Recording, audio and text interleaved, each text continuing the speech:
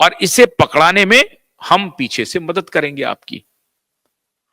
अब यहीं पर जो पेंच फंस गया और पेंच फंसा दिया, बुके काम नहीं आया, फोटोग्राफी काम नहीं आई। उनके तरफ से यह कहा जा रहा था कि भाई जो भी है, जो बिना शर्त हम आपके साथ आने के लिए तैयार है।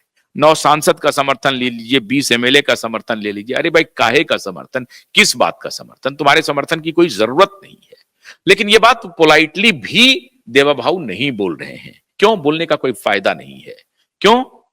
जो इनको करना है वो तो इनको करना है। आप आकर के अपनी राय दे रहे हैं तो सुन रहे हैं, देवाभाऊ उनकी राय सुन रहे हैं, जो कुछ भी वो कह रहे हैं या जो भी पहुंचा रहे हैं संदेश, वो संदेशा ले रहे हैं। होना कुछ नहीं है। तड़प शुरू हो गई है संजय राउत के मन में। संजय राउत बड़ी तेजी से अब घबराहट के दौर में पहुंच गए हैं। उनको लग रहा है कि अगर इन्होंने राज ठाकरे को, मनसे को उन्होंने मजबूती दे दी तो राज भी हमारे ऊपर अटैक करेंगे, क्योंकि संजय राउत ने अपनी लॉयल्टी उद्धव ठाकरे के साथ कर ली है। और संजय राउत को यह बात मालूम है कि मैं गलत नाव की सवारी कर रहा हूं।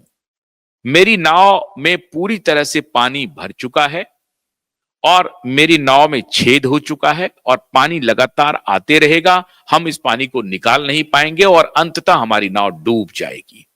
इस बात का भान संजय राउत को हो गया है और इसीलिए संजय राउत ने अब अपना चाल और चरित्र आहिस्ता आहिस्ता बदलना शुरू कर दिया है। आप याद कीजिए कि 2024 के लोकसभा चुनाव के पहले क्या अकड़ थी। प्रियंका चतुर्वेदी जो स्पीकर हैं वो कहती हैं कि पूरे महाराष्ट्र में भारतीय जनता पार्टी 0 है, 0/0, वो खत्म है, उनको कुछ नहीं मिलने वाला है। लोकसभा में भी हम उनको हराएंगे और विधानसभा में तो महाअघाड़ी की एकदम फुल मेजॉरिटी के साथ सरकार आएगी। बड़े बड़े यूट्यूबर्स, बड़े बड़े जर्नलिस्ट, बड़े बड़े उनके जो समर्थित है, पैसे लेकर के पत्रकारिता करने वाले जो दलाल पत्रकार हैं, उन्होंने सिगुफा छोड़ दिया था कि साहब महाविकास अघाड़ी तो थंपिंग मेजॉरिटी में आ रही है और कांग्रेस की सरकार पर बनेगी। बहुत सारे लोगों ने कांग्रेस के 2-3 लोगों का नाम मुख्यमंत्री के लिए चला दिया था। उसमें से एक परिणीति शिंदे भी थी और परिणीति शिंदे की योग्यता क्या है कि वो राहुल गांधी की नजदीकी है।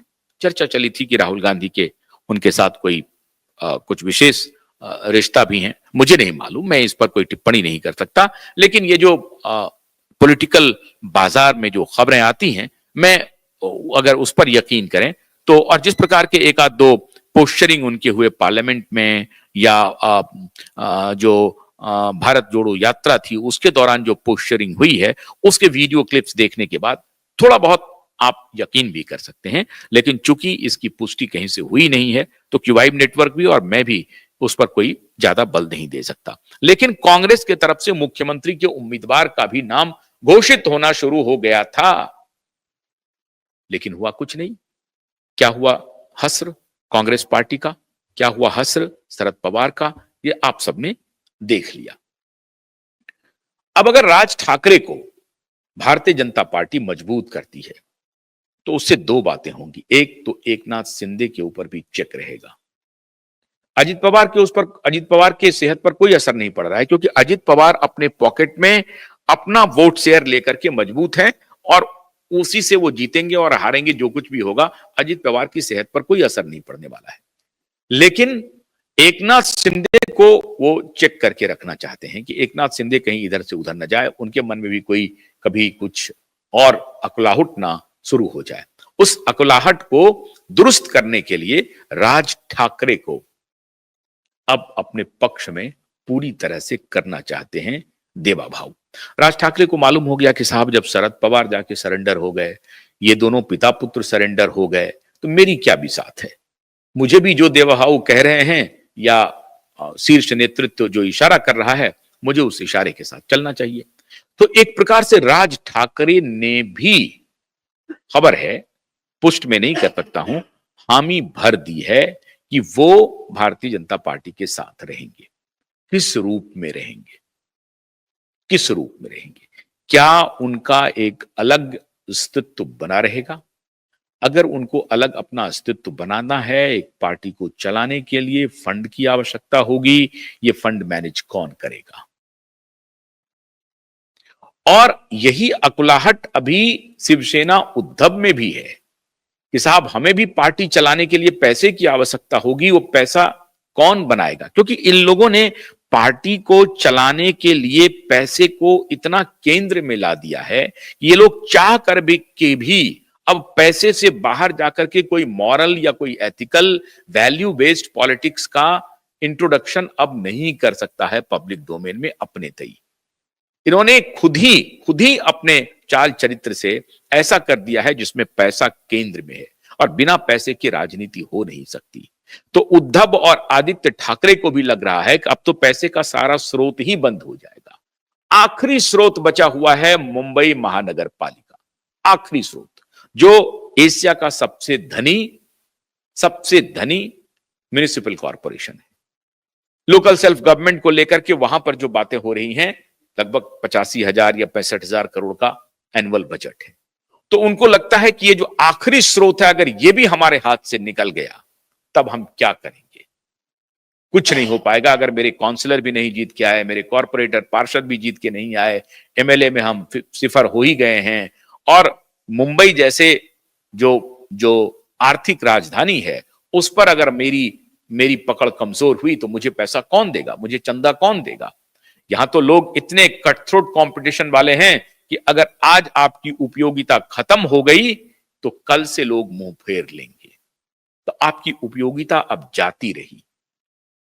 अब इसी का लाभ उद्धव ठाकरे देख रहे हैं कि देवा भाऊ ले रहे हैं। देवा भाऊ को अब पता चल गया कि ये असली मौका है जब फाइनल वॉर किया जाए।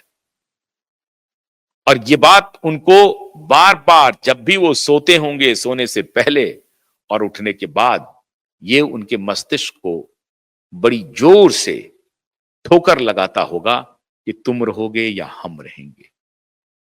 तो बड़े प्रेम से देवा भाऊ धीरे धीरे, उसको कहते हैं ना हलाल करना, आहिस्ता आहिस्ता हलाल कर रहे हैं। और खाली जेल चले, मैं बार बार कहता हूं कि आदित्य ठाकरे के जेल जाने से ज्यादा अधिक सजा उसको इस बात की मिल रही है कि उसका हर चीज आहिस्ता आहिस्ता सीज हो रहा है। लोग उनके साथ छोड़ के जा रहे हैं, पॉलिटिकल वर्कर उनके साथ छोड़ के जा रहे हैं, उनके दोस्त वगैरह सब साथ छोड़ के जा रहे हैं। परिवार पहले से भी टूटा हुआ था, लेकिन अब वो दुश्मन के साथ जाकर के खड़ा हो जाएगा। जिस दुश्मन के साथ अभी वो फोटो खिंचा रहा है खुद को बचाने के लिए, जो होने वाला नहीं है, तो उस दुश्मन के साथ अपने घर का चाचा वो हाथ मिला रहा है। तो आदित्य ठाकरे अभी विचलित है, अब क्या करें? पैसे का स्रोत जा रहा है और कुछ दिन में अगर ये सारी चीजों को धीरे धीरे हमसे दूर लेके चला जाएगा तो हमारी शक्ति बिल्कुल जीरो हो जाएगी। ऐसी परिस्थिति में अगर उनके तरफ से कोई अटैक होगा तो उस अटैक का हम काउंटर रिप्लाई देने में भी मजबूर होंगे।